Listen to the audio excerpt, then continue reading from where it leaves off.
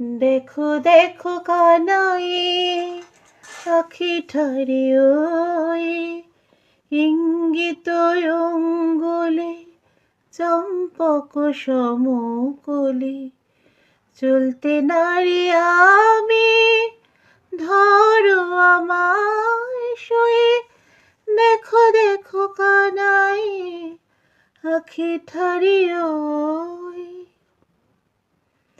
চলে আসলাম বন্ধুরা প্রায় 1 বছর বাদে হৃদয়ের কথায় আমার হৃদয়ের কথা নিয়ে। আসলে লাস্ট একটা বছর আমি কিছুটা ডিস্টার্ব ছিলাম, নানান রকমভাবে বিভ্রান্ত ছিলাম, যে কারণে আমি হৃদয়ের কথায় কোনো ভিডিও দিয়ে উঠতে পারিনি। তার জন্য সবার আগে আমি আমার পরিবারের মানুষগুলোর কাছে ক্ষমা চেয়ে নিচ্ছি। একটা বছর বাদে আবার হঠাৎ করে কেন হৃদয়ের কথায় আসলাম, এই প্রশ্ন মনে জাগতেই পারে।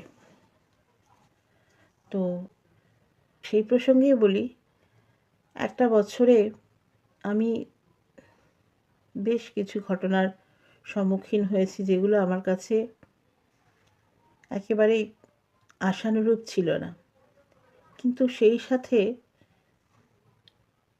একই রকমভাবে আমি আমার ঈশ্বরকেও পাশে পেয়েছি প্রত্যেক মুহূর্তে, প্রত্যেক পলে। তো অনেক দিন ধরেই ভেতরের মধ্যে একটা অস্থিরতা কাজ করছিল যে নাম দিয়েছি হৃদয়ের কথা, সেখানে হৃদয়ের কথা যদি না শেয়ার করি তাহলে কি করে হয়। হৃদয়ের ভেতরে যে কথাগুলো রয়েছে সেগুলো তো শেয়ার করতেই হবে। বন্ধুরা, লাস্ট একটা বছরে আমি এমন এমন প্রতিকূলতার সম্মুখীন হয়েছিলাম যেখানে কারোর পক্ষে সম্ভব ছিল না আমাকে সেই প্রতিকূলতার মধ্যে থেকে টেনে বার করা। একমাত্র গোবিন্দ গোবিন্দ গোবিন্দ, শ্রীকৃষ্ণ ছাড়া কারোর পক্ষে সম্ভব ছিল না। প্রতি মুহূর্তে আমি শ্রীকৃষ্ণকে ডেকে গেছি, গোবিন্দকে ডেকে গেছি, রাধারানীকে ডেকে গেছি। আর সত্যি রাধারানী এবং আমার গোবিন্দ না থাকলে আমি এই এত বড় বিপদের থেকে বেরোতে পারতাম না। বন্ধুরা, আমি কি বিপদে পড়েছিলাম সেটা এই মুহূর্তে বলার মতন সময় এখনো আসেনি, তবে বলবো তো তোমাদের অবশ্যই। আমাকে আরেকটু সময় দাও, আমি সমস্ত বিপদ থেকে পুরোপুরিভাবে বেরিয়ে আসি। আমি জানি গোবিন্দ আমাকে ঠিক সমস্ত কিছু বিপদ থেকে টেনে বার করে নিয়ে আসবে, আর সেদিনকে আমি সকলকে সমস্ত কিছু বলবো। তবে আজ তোমাদের সাথে একটা অনুভূতি শেয়ার করতে চাই। তার আগে বলি মহাভারতের সেই দিনটার কথা, যেই দিন যুধিষ্ঠির পাশা খেলায় এক এক করে তার 4 ভাইকে বাজি রাখে এবং হেরে যায়। অবশেষে পালা আসে দ্রৌপদীর, এবং দ্রৌপদীকেও বাজি রাখা হয়, এবং যুধিষ্ঠির যথারীতি সেবারেও হেরে যায়, এবং যা হয় ফলস্বরূপ যেটা ঘটার সেটাই ঘটেছিল।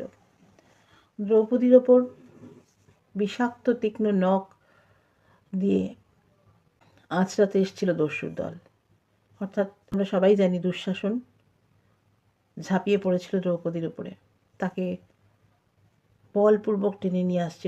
দ্রৌপদী তখন রজস্বলা ছিলেন, কিন্তু তাও দুঃশাসন অনেক কাকুতি মিনতির পরেও বোঝেনি, এবং দ্রৌপদীকে যখন টেনে নিয়ে আসছে রাজসভায়, দ্রৌপদী তখন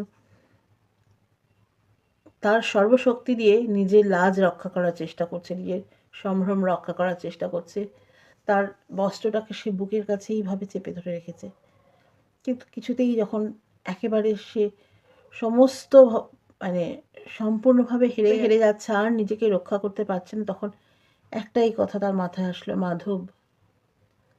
এবং যখনই তিনি একবার মাধবকে ডেকেছেন, মাধব সঙ্গে সঙ্গে দ্রৌপদীর বিপদে দ্রৌপদীর পাশে এসে দাঁড়িয়েছেন। আসলে হয় কি, আমরা ভগবানকে ডাকি শেষ সময় গিয়ে। প্রথমে আমরা নিজেরা চেষ্টা করি, আমরা ভাবি আমরা সবটা পারবো, কিন্তু একবার যদি ভগবানকে ডাকা যায়, ভগবান কিন্তু সঙ্গে সঙ্গে এসে দাঁড়ান। আমি আমার জীবন দিয়ে দেখেছি, সেই সময়, সেই বিপদের সময় গোবিন্দ যদি আমার পাশে না থাকতো, আমার হাতটা চেপে না ধরতো, জানি না আমি আমার পরিবারকে নিয়ে কোথায় ভেসে যেতাম। না, আজকে সত্যি আমি সবটা তোমাদের বলতে পারবো না আমার সাথে কী ঘটনা ঘটেছিল।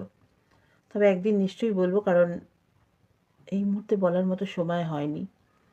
এই মুহূর্তে বলাটা একটু অসুবিধার আছে, তোমাদের নিশ্চয়ই জানাবো। একটু সময় দাও আমাকে, আরও কটা দিন সময় লাগবে। তবে নিজের উপলব্ধি থেকে একটা কথা বলবো বন্ধুরা, যখন খুব বিপদে পড়বে বিশ্বাস রেখো শ্রীকৃষ্ণ আমাদের রক্ষা করছেন। আর সেই বিশ্বাস রেখে তাকে একবার ডেকো, মন প্রাণ দিয়ে ডেকো, হে গোবিন্দ, হে মাধব, হে শ্রীকৃষ্ণ রক্ষা করো। দেখবে তিনি ঠিক এসে রক্ষা করবেন। আজকে এই পর্যন্ত হৃদয়ের কথায়। আবার আরেকদিন অন্য এক উপলব্ধি নিয়ে চলে আসবো হৃদয়ের কথায়। সকলে খুব ভালো থেকো বন্ধুরা। শুভরাত্রি।